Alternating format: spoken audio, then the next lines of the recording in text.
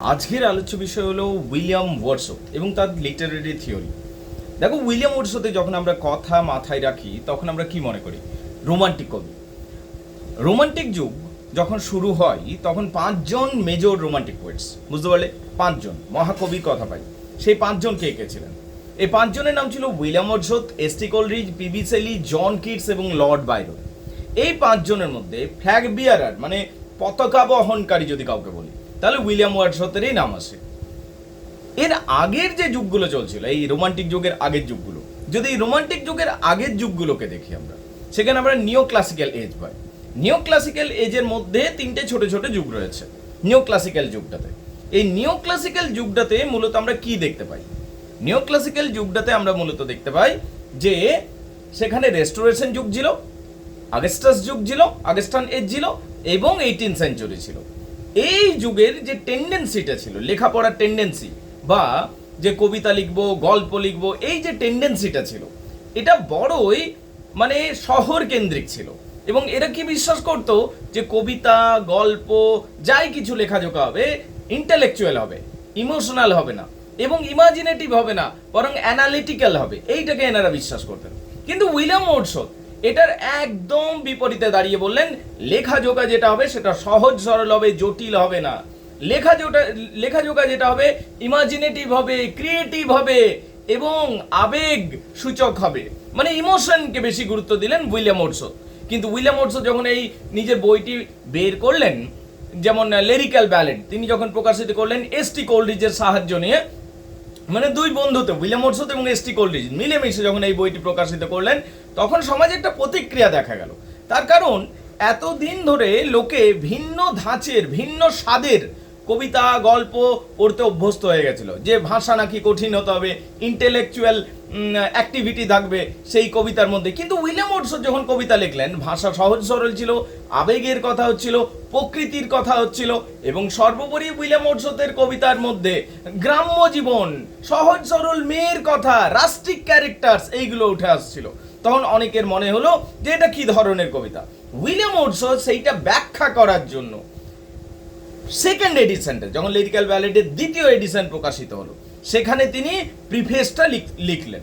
সেই প্রিফেসে তিনি লিখলেন কবিতা কেমন হওয়া উচিত, আদর্শ কবি কাকে বলে, আদর্শ কবিতা কাকে বলে এবং কবিতা লেখার স্তরগুলো কি কি, এইগুলো লিখে সবাইকে বোঝানোর চেষ্টা করলেন ওই প্রিফেসটার মধ্যে, প্রস্তাবনাটার মাধ্যমে, যে কবিতা কাকে বলে, কবিতা কিভাবে লিখব, কবি কাকে বলে, এইগুলোকে তিনি ব্যাখ্যা করলেন। কিসের মাধ্যমে? প্রিফেসটার মাধ্যমে। প্রথম এডিশন তো বের হয়ে গেছিল, সেখানে কোনো প্রিফেস অ্যাডিং ছিল না।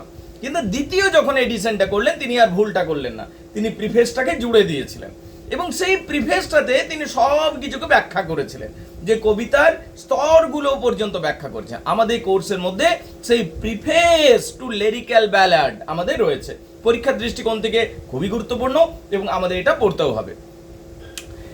এক্ষেত্রে প্রাসঙ্গিকভাবে বলতে চাইবো S T Coleridge, Samuel Taylor Coleridge প্রিফেসটা লিখতে চেয়েছিলেন, কিন্তু উইলিয়াম ওয়ার্ডসও কিন্তু নিজেই বলেছিলেন যে না, আমি প্রিফেসটা লিখবো। এবং বাস্তবিক ক্ষেত্রে উইলিয়াম ওয়ার্ডসওতেই মূলত বইটা লিখেছিলেন, এস টি কোলরিজ সামান্য অবদান দিয়েছিলেন সেখানে, তাই উইলিয়াম ওয়ার্ডসওতেই শেষ পর্যন্ত প্রিফেসটা লিখেছিলেন। এখন প্রিফেস টু লিরিক্যাল ব্যালাড আমাদের পরীক্ষার দৃষ্টিকোণ থেকে বুঝতে হবে বিষয়টা। প্রিফেস মানে কি? প্রিফেস মানে হলো প্রস্তাবনা বা ইন্ট্রোডাকশন। লিরিক্যাল মানে কি? লিরিক্যাল মানে হলো গীতিধর্মী এবং ব্যালেড মানে কি? গাথা। তাহলে প্রিফেস টু লিরিক্যাল ব্যালেড মানে প্রস্তাবনা, গীতিধর্মী কবিতা, গীতিধর্মী গাথার প্রস্তাবনা, এইটা হচ্ছে। লিরিক্যাল ব্যালাড হলো a book of poems. Lyrical ballad যে বইটা প্রকাশিত হলো এ বুক অফ পোয়েমস, বুঝতে পারলে?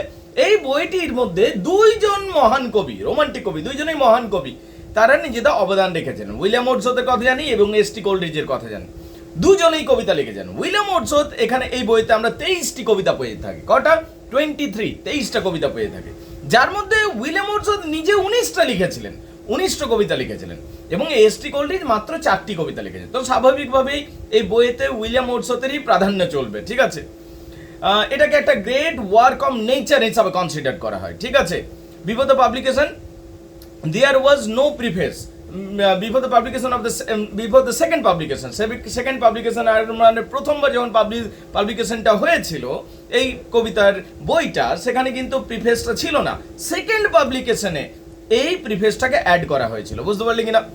এবং এই বইটির প্রথম যে কবিতাটি হলো এই বইটার, সেটা নাম হচ্ছে the rime of the ancient mariner, যেটা কিন্তু আবার এস.টি. কোলরিজের লেখা। তাহলে বইটা প্রকাশিত হচ্ছে প্রিফেস টু লিরিক্যাল ব্যালেড, উইলিয়াম ওর্ডসওয়ার্থের লেখা, কিন্তু বইটির আবার প্রথম কবিতাটা এটা এস.টি. কোলরিজের লেখা, the rime of ancient mariner, যেটা অসম্ভব সুন্দর একটা কবিতা, ঠিক আছে। বেশিরভাগ কবিতায় উইলিয়াম ওর্ডসওয়ার্থ লিখেছেন, তাতে কোনো সন্দেহ নেই, এবং উইলিয়াম ওর্ডসওয়ার্থের শেষ পর্যন্ত প্রিফেসটি লিখেন এস.টি. কোলরিজের রাগ হয়েছিল বটে, সেটা একটা বটে, ঠিক আছে। এবার আমাদের জেনে নেওয়া দরকার যে এস.টি. কোলরিজকে বাদ দিলে উইলিয়াম ওর্ডসওয়ার্থ কি কি বিষয়কে তুলে ধরছেন এই প্রিফেসটাতে। এই প্রিফেসটাতে উইলিয়াম ওর্ডসওয়ার্থ মূলত বলতে চাইছেন যে কবিতা কাকে বলে, কবিতা লিখবো কিভাবে, এইটাই হলো সব থেকে বেশি গুরুত্বপূর্ণ বিষয়। তিনি বলছেন কবিতা লেখার 4টা স্তর রয়েছে। কটা স্তর? 4টা স্তর। মানে অবজারভেশন করতে হবে, তারপর রিকালেকশন করতে হবে, তারপর ফিল্টারিং করতে হবে, এবং শেষে কম্পোজিং করতে হবে। 4টা স্তর। অবজারভেশন মানে আগে বিষয়টা দেখবো, এক্সপিরিয়েন্স করব।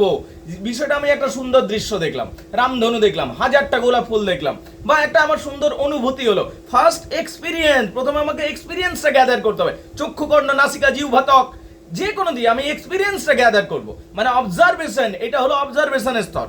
তারপর কি হবে? বাড়ি গিয়ে শান্ত ঘরে, শান্ত কক্ষে তুমি সেটা ভাববে, অবজার্ভ করবে, রিথিঙ্কিং করবে। অবজারভেশনের পর তোমার রিথিঙ্কিং হবে বা কন্টেম্পলেশন হবে, মানে পুনরায় তুমি সেটাকে ভাববে, মানে জাবর কাটার মতো। প্রথমে গরু কি করে, সমস্ত কিছু খাবার খেয়ে নিল, তারপর ফাঁকা সময় সেগুলোকে আবার চিবিয়ে খায়, ঠিক সেই রকম স্মৃতির মন্থন করতে হবে। মানে তুমি আগে এক্সপিরিয়েন্স গুলোকে নিয়ে নিলে, অবজার্ভ করলে জিনিসটাকে, এবারে শান্তভাবে যখন তুমি একটু শান্ত হলে তখন সেগুলোকে তুমি ভাবো, স্মৃতির মন্থন করো। এটা হলো 2 নম্বর স্তরটা। 3 নম্বর স্তর হচ্ছে ফিল্টারিং, মানে এডিটিং করতে হবে। ধরো তুমি একটা সুন্দর জিনিসকে নামাতে চাও, তাহলে সুন্দর জিনিসগুলোকে রাখো, যেটা খারাপ জিনিস সেটাকে বাদ দিয়ে দাও। তাহলে ফিল্টারিং, এডিটিং মানে সেই ইউটিউব ভিডিওর মতো পুরো ব্যাপারটা। তো তাহলে তুমি কি করলে? ফিল্টারিং করবে, আর শেষে কম্পোজিং করবে। কম্পোজিং করার ক্ষেত্রে তিনি কি করবে? তিনি কম্পোজিং করার ক্ষেত্রে ছন্দ, এই